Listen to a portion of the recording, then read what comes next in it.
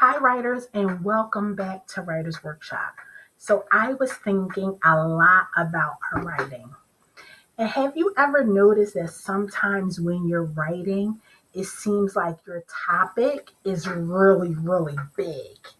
It's almost like a watermelon. So, when topics are really, really big, we call that a watermelon topic. Pretend you have a watermelon.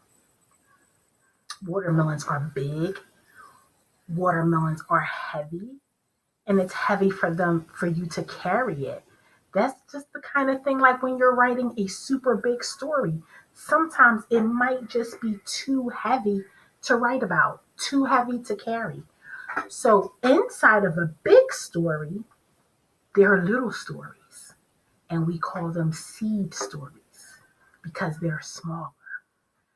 So if I'm thinking about how I went to an amusement park, that's a really big topic because there's so many things in an amusement park and there's so many things that I could have done.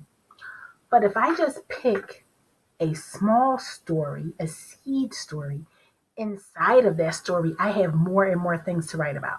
So if I'm thinking about the topic of going to the amusement park, maybe I could write about when I ate some funnel cake and it was so delicious. Or I could write about when I wanted to get on the roller coaster but was so scared. I could write about getting on the swings that go up high in the air and how that was so exciting to go high up in the air.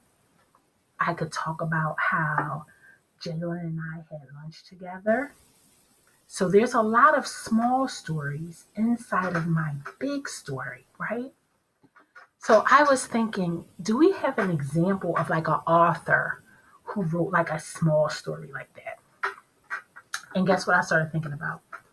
Mrs. Wishy Washy, right? And the author Joy Cowley. So I was thinking Mrs. Wishy Washy, she was at a farm, right? So what if she tried to just write a book about being at the farm? Then they would talk about, you could talk about feeding the animals. You could talk about um, getting the haystacks. You could talk about so many things, but for Mrs. Wishy Washy, she just started talking about how she washed the animals, how they played in the mud, and then she washed them, right? So that was a smaller story inside of a huge watermelon story. So as we begin to write today, I want you to think about what are some small seed stories that we could write about. Let's think about it. So if teacher Pam decided she was going to write about that roller coaster, I think that's what I'm going to do because that was so exciting. And that's a smaller story inside of my larger story, right?